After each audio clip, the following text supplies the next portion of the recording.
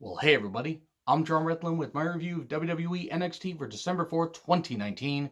But before I get into my review, I want to give a quick shout out to cat_woman13 who has a channel, Abby Normal Wrestling Thoughts, AB Normal Wrestling Thoughts, and I'll put the title in the description, but she's a really cool person. Love talking to her, super passionate wrestling fan, has some great takes on WWE programming, so make sure to check it out. And you're really going to like what you see. I guarantee it. Now, I'm not Men's Warehouse, and that wasn't a paid advertisement, but what the hell, I'm just going to roll with it. But seriously, check out her channel. She has some really good stuff, and I hope she continues to do these videos, as she really does have a great mind for wrestling and some great takes. So, we start off with the show. Morrow's back. Great. Fantastic. I hope that his mental health is in the best possible state. He is absolutely wonderful on commentary, and I hope he continues to do this for as long as he wants and as long as he's able, because he brings such passion and such energy to wrestling. So we start with Killian Dane challenging somebody because Damian Priest is injured. And who's going to challenge him? Killian Dane got no goddamn reaction, or barely any reaction. It's like, which is unfortunate. At least he's being featured better here in NXT than he was when he was on SmackDown as part of Sandy, when SmackDown lost their Sandy because they didn't feature them at all, except in a losing fashion. Who's going to accept the challenge? It's Pete Dunne. They have a match. Not a bad match at all. Killian Dane does some good groundwork. Pete Dunne tries to knock the bigger man down, but targeting his knee. That was some good stuff. Going to the commercial, Killian Dane does insane suicide dive, and Morrow says, "It's a runaway Dane. Please never change, Morrow. You're so goddamn wonderful." During the break, there's a superplex by Pete Dunne. So there's some really, good exchanges and everything. Really, pretty damn good match. The thing is, though, this was a tale of two shows. I liked this match. I didn't love this match. But they reenacted the sleeper, senton spot, so to speak, that they kind of did at War Games, except this time on the ropes. Pete Dunne had the sleeper hold on Killian Dane, and then Killian Dane falls backwards, gets the pin, 1, 2, 3. I'm not against Dane winning here if Dunne will get a victory down the road, kind of like as a rubber match or whatever, but at least Dane got the victory. A little bit odd, but I guess they had to kind of had to go with this as a way to, extend this feud while hopefully, hoping that Damian Priest comes back very soon. Now, he might be out for a few weeks and come back on the first NXT of the year. Who knows? Then we get a Dakota Kai interview and, talking about Mia Yim, but first she talks about Rhea Ripley and said Rhea Ripley can't get it through her thick skull. Unfortunately, she pauses a bit between thick and skull, so I'm thinking, Dakota, what are you thinking about? But anyway, it was fine. She was running down Rhea Ripley, saying Tegan Nox wasn't her friend, and called Mia Yim a hood rat.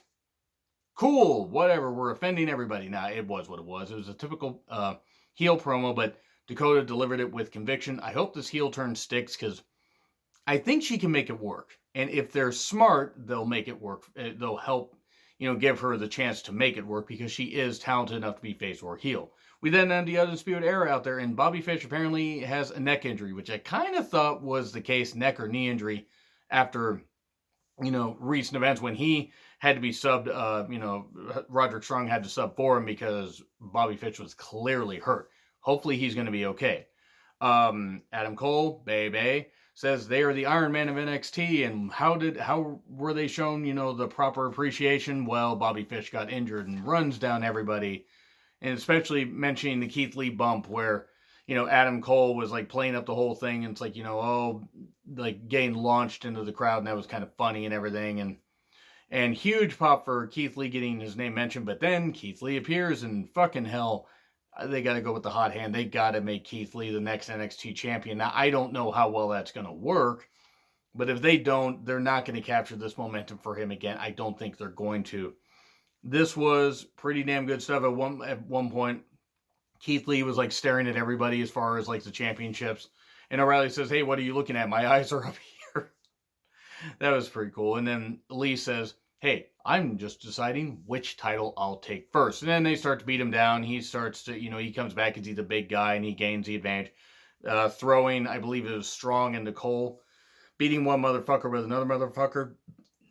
And then Ciampa comes in for the save and holds the NXT world title aloft, basically just holding it because Adam Cole, in his haste, left the ring and left the championship. So, okay, cool. We're going to get a main event later. But first, Xia Li interview. I want to say this much. It's good to see that Xia Li like a lot of women that have come over from either China or Japan or anywhere have been able to do great with English and communicate to the audiences. That's going to get over in Vince's eyes, especially in WWE. But it's just going to get over in general. I'm going to give an example of like AEW's Hikaru Shida.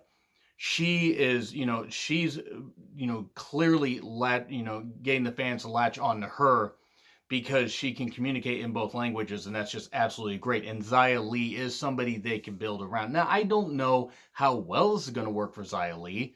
I honestly could see it. I could see them floundering with it.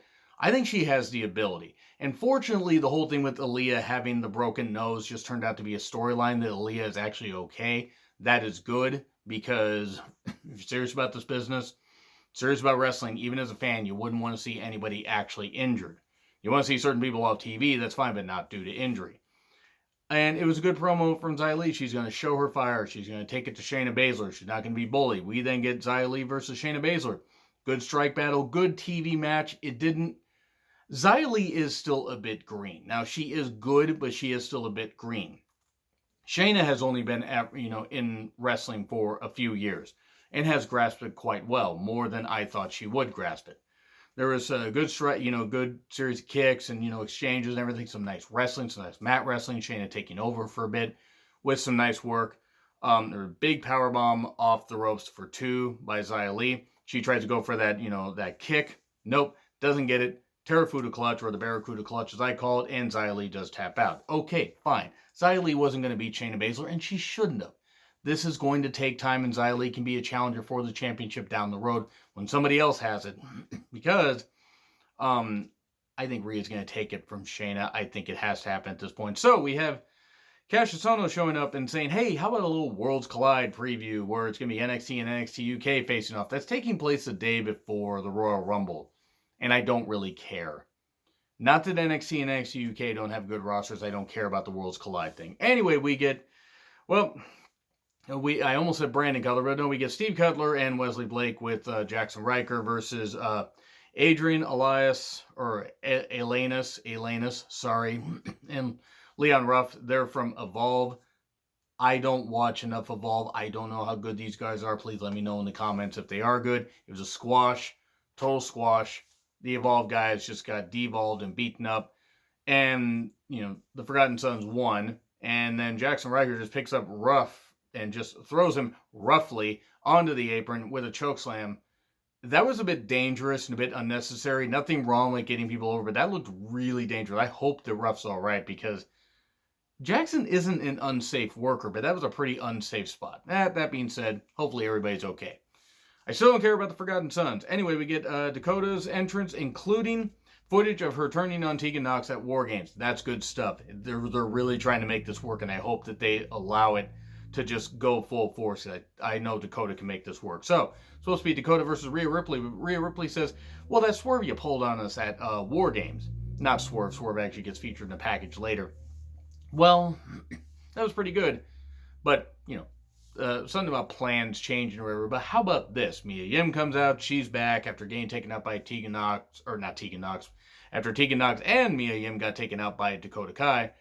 So Mia Yim's out there to get her revenge on Dakota. And we have a brawl and everything. Some good stuff. I think this is going to be good. We're going to get a match actually next week. And I think that's going to be a pretty good match. So it was what it was. But then, Rhea's still out there just smiling because Mia Yim, somebody she wanted on her team, is beating up Dakota, beating shit out of Dakota. And then Shayna and the OGs are here. I'm sorry. I don't find Duke and Shafir interesting. I've said that just as much. There's a bit of a brawl. Duke and Shafir do some stuff where they really can't do anything. They can't. I sure hope Shafir is a safer mother than she is a wrestler, and a smarter mother than she is a wrestler, because otherwise, oh boy, those kids are going to need to be put in bubble wrap. That's mean. I'm sorry, but she's not any good, and neither is Duke. Some Duke teams aren't. But anyway, I digress. It was the clutch, the Barracuda clutch, Terrafuda clutch, got, broken up like once by Rhea. Well, she kind of got out of it, then got trapped in it again. And then Duke and Shafir held out Rhea's arms like while she was in the ropes. And then Shayna says, "Hey, hey Nightmare, you're not so scary now, are you? Especially, and you're not so tough, you're not so tough. You're not all this and this kind of stuff, tearing her down and saying, well, when there's nothing on the line, you don't really care. Well, you want a title shot? I want a title shot. How about on the 18th? We're going to get that. Okay, cool. You got to make I'm just going to say it right now, and I'll probably say it in next week's review because it's 2 weeks away. Please have Rhea beat Shayna. If you don't have Rhea beat Shayna here, you've exhausted everything that you can with the women's division. And at that point, that's it. At that point, everything's done. Not that they can't build somebody up maybe for TakeOver, but the next TakeOver isn't until February 16th in Portland, which, by the way, I've decided I'm not going to. I'm not driving 4 hours down, going to the show, which would be 3 to 4 hours, depending. 3 hours, but, parking, all that and everything, and driving back. No, that would be about 14 to 15 hours of my day. Sorry, not going to do it. Still should be a good show. Anyway, have Rhea beat Shayna. So we get an interview with Ciampa, Keith Lee, and Dominik Dijakovic because they're going to take on the Undisputed Era later. And then we get Finn's package on display. I know all the Finn Balor fans absolutely love that. He says, well, everybody wants a piece of the Prince. And then we get a Swerve package. Isaiah Swerve Scott, Shane Swerve Strickland, what I'm going to call him. He is very, very good. I'm very, very happy that he is having this success. Really nice guy. If you ever get a chance to meet him, he's a super nice guy and really talented. Go out of your way to see him live. We then get Cassius Ohno versus Matt Riddle. Matt Riddle answers the challenge. The crowd loved Matt. And, oh, bro, no. Look, I am not in great shape, obviously, as anybody knows about me. I am just a wrestling fan. I've never claimed to be the picture-perfect, display of health. Cassius Ohno needs to drop weight, and he needs to drop weight quick. I'm not saying, he needs to, drop, 20 pounds in a week, but he needs to get on something because it looks uncomfortable. It looks like he really is absolutely just fucking wiped out. I really hope that he is okay, but it just does. I think he's got some kind of thyroid or medical condition, and that is unfortunate if that is the case. But something's got to be done. WWE, him, got to sit down and got to come up with something because it's to extend his career and his life. It's not that he still can't wrestle. He wrestled fine in this match. That's not the issue. It's just about quality of life. It just doesn't look healthy. Anyways, some good exchanges. Nice powerbomb by Riddle. Ohno had a good showing.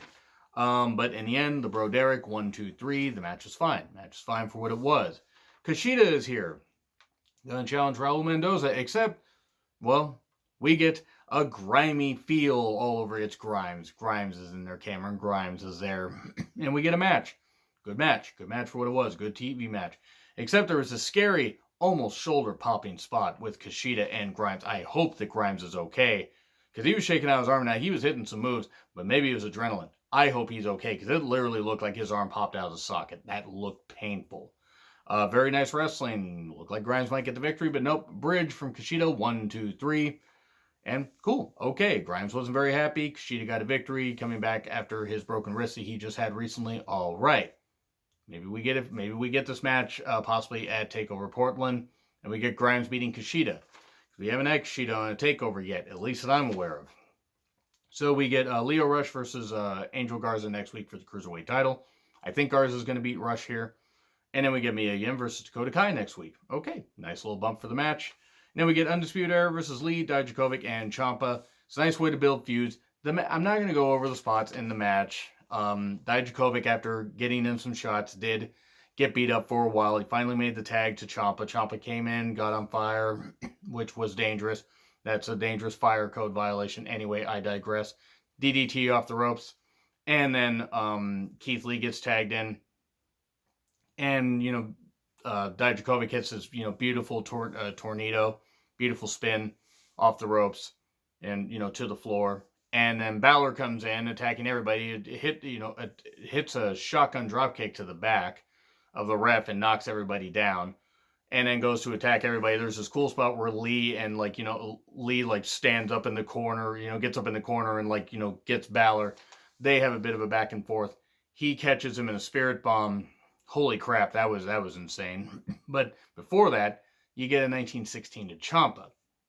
And then the Spirit Bomb to Balor. And then, even because the ref didn't know who attacked him, he had no way of proving it. He didn't call DQ. Soon after, Jackhammer pins Adam Cole 1, 2, 3. But are we done? Oh, no, no, no. We get Commissioner Regal here. And he says, hey, Keith Lee, Ciampa, and Finn Balor will face off next week to determine who will face Adam Cole on the 18th for the championship. By the way, Dijakovic, fuck you. You're not going to be involved. Poor Dijakovic getting shafted. So I'm guessing he's going to attack Keith Lee, and we're going to get it down between Ciampa and Balor. Who knows? Maybe Lee happens to win, and then Dijakovic costs Lee the match against Adam Cole. I have no idea. I wasn't totally feeling this episode. It wasn't bad. Do not get me wrong. I'm not going to give it a horrible grade. I'm going to give it a B-. I enjoyed this show for the most part. I like what they did with the women. The women basically saved this show. The main event was good, if not typical. It's not that any of the matches were bad, but just B-. I wasn't feeling everything on this show. Maybe that's just me, but let me know what you guys think in the comments. I may put a poll up here, but like, share, subscribe, Twitter handle in the description. I'm John Ritlin. I'll see you soon.